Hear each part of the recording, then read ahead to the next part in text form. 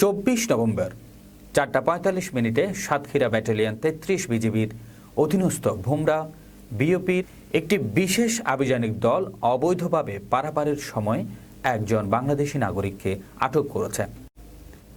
Satkhira battalion 33 বিজিবির ভোমরা বিওপির দায়িত্বপূর্ণ সীমান্ত pillar 32S হতে আনুমানিক 20 গজ বাংলাদেশের অভ্যন্তরে লক্ষ্মীদাড়ি নামক স্থান হতে ভোমরা বিওপির টহল দল বাংলাদেশি নাগরিক মোহাম্মদ রাজু আহমেদ, যার গ্রাম পাইকগাছা, ডাকঘর পাইকগাছা এবং থানা পাইকগাছা, জেলা খুলনাকে অবৈধভাবে ভারত হতে বাংলাদেশে প্রত্যাগমনকালে আটক করে।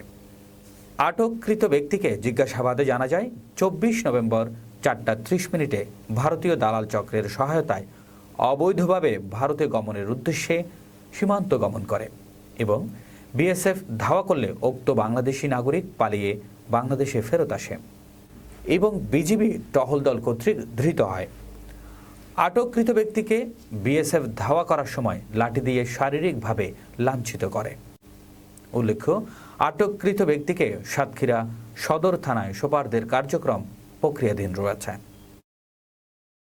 দেখছিলেন সাতক্ষীরা থেকে আবু জাবরের রিপোর্ট।